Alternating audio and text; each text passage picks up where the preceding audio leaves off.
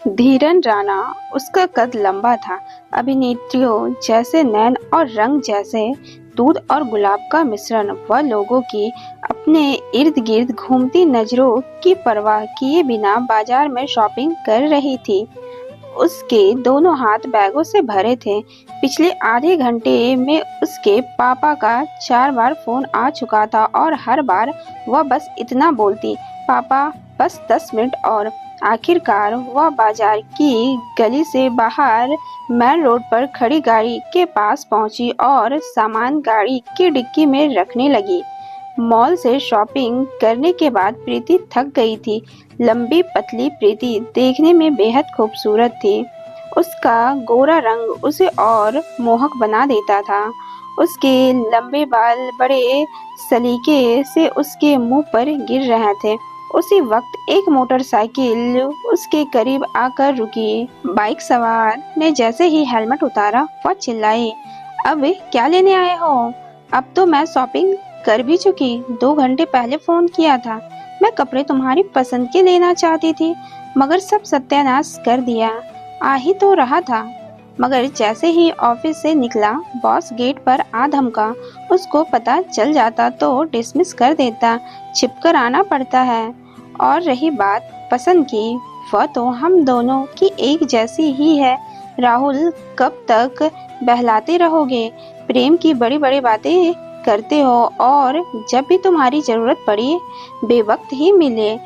वह आगे बोली, सरप्राइज भी तो देना था तुम्हें। कैसा सरप्राइज? मुझे देखने लड़के वाले आ रहे हैं। सामने ही राहुल के चेहरे का रंग जैसे उतर गया। उसका हाथ में थामा हेलमेट बाइक के ऊपर रखा और प्रीति के पास जाकर उसका हाथ थामकर बोला, प्रीति, मजाक की भी हद होती है। लेट क्या हो गया? तुम तो जान लेने पर ही आ गई। क्या करूं, तुम्हारे बिना किसी काम में दिल जो नहीं लगता। जाने कितने लड़कों में नुक्स निकालकर अभी तक तुम्हारे इंतजार में बैठी हूँ, मगर कब तक? बस 1 साल और, बहन की शादी हो जाए फिर ले जाऊंगा तुमको दुल्हन बनाकर। प्रीति ने गहरी सांस ली। उसने धीरे से राहुल की पकड़ से अपना हाथ आजाद किया और गाड़ी में बैठकर चल दी। जिस गति पर गाड़ी दौड़ रही थी, उसी गति से पुरानी यादें प्रीति के दिमाग में आ जा रही थी। राहुल 4 साल पहले अचानक से उसके जीवन में आया था, तब जब उसने कॉलेज में दाखिला लिया था। कॉलेज की रैगिंग प्रथा से उसकी जान बचाने वाला राहुल ही था। राहुल की इस दरियादली से प्रीति के दिल में राहुल के लिए एक अलग जगह बन गई थी। वे दोनों अक्सर एक साथ रहने लगे। कॉलेज कैंटीन तो ऐसी जगह थी जहां खाली समय में दोनों रोज घंटों बातें करते रहते। महीनों तक उनमें से किसी ने उस प्रेम का इजहार ना किया जो पता नहीं कब दोस्ती से प्रेम में बदल गया था। राहुल कुछ था भी ऐसा कि उसकी दिलकश अंदाज में की गई बातें सबको उसका दीवाना बना देती थी। प्रीति तो उसे पहले दिन ही अपना दिल दे बैठी थी। एक दिन दोनों कैंटीन में साथ बैठे बातें कर रहे थे कि राहुल ने कहा, 2 महीने बाद परीक्षा हो जाएगी और मैं चला जाऊंगा। कहाँ? प्रीति खोई सी बोली, घर और कहाँ? आखिरी साल है मेरा, परीक्षा के बाद तो जाना ही होगा। मेरा क्या होगा? पहली बार प्रीति ने राहुल का हाथ थामकर पूछा। राहुल ने भी दोनों हाथों से उसका हाथ थाम लिया। प्रीति की नजर झुक गई थी। उसने अप्रत्यक्ष रूप से प्रेम का इजहार जो कर दिया था। फिर परीक्षा हो गई और साथ जीने मरने का वादा कर राहुल ने कॉलेज छोड़ दिया। अब जब भी दोनों को समय मिलता, किसी पार्क या होटल में मिल लेते।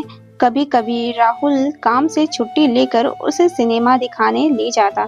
कॉलेज आने और जाने तक तो दोनों साथ ही रहते। जिंदगी बड़ी हंसी खुशी गुजर रही थी।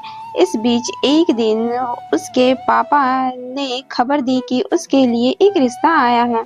लड़का सरकारी डॉक्टर था, लेकिन प्रीति ने लड़के को बिना देखे ही रिजेक्ट कर दिया था।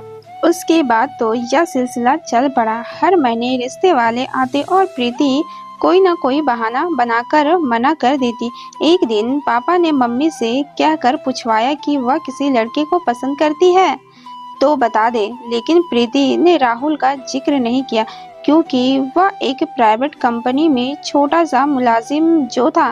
प्रीति ख्यालों में इस कदर खोई थी कि उसे पता ही ना चला कि कब गाड़ी गलत रास्ते पर चल गई है। उसने आसपास गौर से देखा, बहुत दूर निकल गई थी। खुला खुला सा रोड सकरी गली में कब तब्दील हो गया उसे तो आभास भी ना हुआ। किसी से रास्ता पूछने की गरज से उसने इधर उधर नजर दौड़ाई तो कुछ फासले पर दो लड़के सिगरेट फूंकते दिखे। उसने गाड़ी वहीं रोक दी और पैदल उनके पास पहुंची। दिन था इसीलिए उसे जरा भी भय महसूस ना हुआ, मगर अपनी ओर आते उन लड़कों के बदलते हाव भाव देखकर गलती का एहसास हुआ। मोहन नगर जाना था, रास्ता भटक गई हूँ, प्लीज हेल्प, प्रीति ने विनयपूर्ण लहजे से कहा। प्रीति उन लड़कों की आंखों में बिल्ली के जैसे भाव देखकर सिहर उठी। दोपहर का वक्त था और कॉलोनी की सड़कें सुनसान पड़ी थी। तसल्ली यह थी कि दिन ही तो है। एक लड़का सिगरेट फेंक कर आगे बढ़ा और अपने शिकार पर झपट पड़ने जैसे भाव छिपाता सहानुभूतिपूर्ण लहजे से बोला, आगे से राइट टर्न लेकर फिर लेफ्ट लेकर मेन रोड आ जाएगा, वहां से सीधे मोहन नगर चली जाओगी। उन लड़कों का आभार जताकर प्रीति गाड़ी में बैठकर बताई दिशा में चल दी। वह सोच रही थी कि कितने सज्जन थे वे लड़के और वह खामखा डर रही थी। आगे मोड़ घूमते ही सड़क इतनी तंग हो गई कि बराबर से साइकिल तक की जगह न थी। शुक्र था कि आवाजाही नहीं थी। पता नहीं कॉलोनी में कोई रहता भी था या नहीं। फिर सामने वह मोड़ दिखा जिसके बाद मेन रोड आ जाना था। प्रीति ने राहत की सांस ली। फिर जैसे ही गाड़ी मोड़ पर दाएं मुड़ी, प्रीति का गला शुष्क हो गया और पैदल पर रखे पांव में कंपन होने लगा।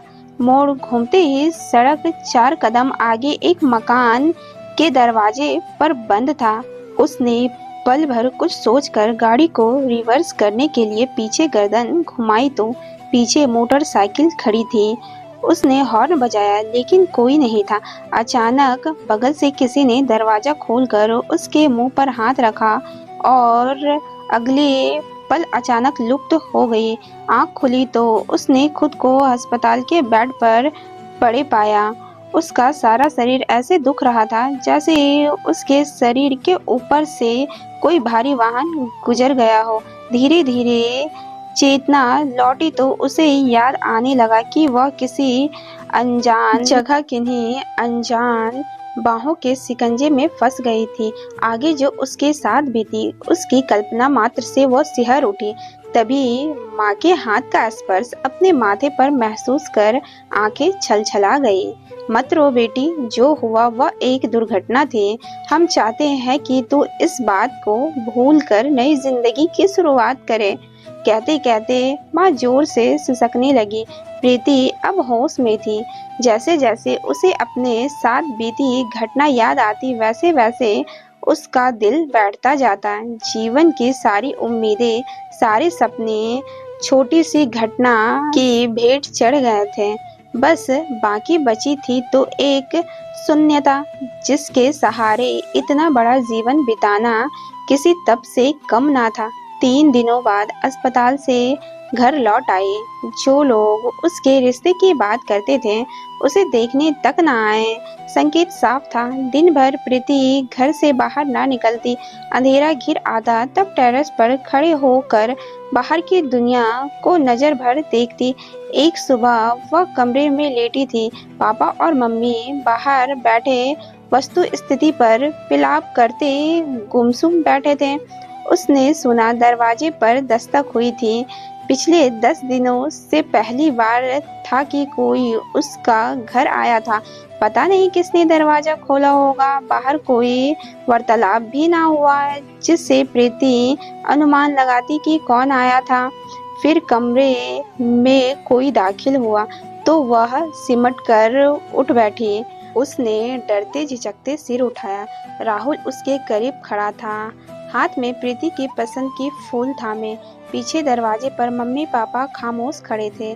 राहुल ने फूल प्रीति के करीब बेड पर रख दिए और एक किनारे पर बैठ गया। मैं काम के सिलसिले से शहर से बाहर था, कल ही लौटा हूँ। काश कि मैं बाहर ना गया होता। ऐसा हम अक्सर सोचते हैं। हम सोचते हैं कि हम हर समय रहकर किसी भी अनहोनी को होने से रोक देंगे। यह सोचना अपने आप को दिलासा देने की कोशिश के सिवा कुछ नहीं। एक घटना जीवन की दशा और दिशा दोनों को बदल देती है, लेकिन जिधर भी दिशा मिले चलते जाना है, यही जीवन है। मैं काफी मुसीबतों के दौर से गुजरा हूँ, अब कुछ कमा रहा हूँ और इस मुकाम पर हूँ कि जीवन को लेकर सपने बुन सकूं। मैं सपने बुनता हूँ और उन सपनों में हमेशा तुम रही हो प्रीति। मैं चाहता हूँ कि वे सपने जैसे के तैसे रहें, जिनमें हंसती मुस्कुराती प्रीति हो, ऐसी मायूस और हारी हुई नहीं। कहते कहते राहुल भावुक हो गया। उसने प्रीति का हाथ थाम लिया। एक पल के लिए प्रीति को कुछ समझ न आया कि क्या प्रतिक्रिया दे, लेकिन राहुल के बेइंतहा प्रेम को देखकर उसकी आंखें भर आई। वो राहुल से लिपट रो पड़ी। दिल में दबी उम्मीदों के ऊपर पड़ी पश्चाताप की बर्फ आंसुओं के रूप में बह रही थी। और दोस्तों, आज की कहानी यहीं पर ख़त्म करते हैं। और आप सभी को कहानी कैसी लगी हमें कमेंट कर ज़रूर बताएं। और कहानी पसंद आई हो तो लाइक करें, शेयर करें और ऐसे ही इंटरेस्टिंग और मज़ेदार कहानी सुनने के लिए हमारे चैनल को ज़रूर से सब्सक्राइब करें। धन्यवाद। मिलते हैं नेक्स्ट कहानी में।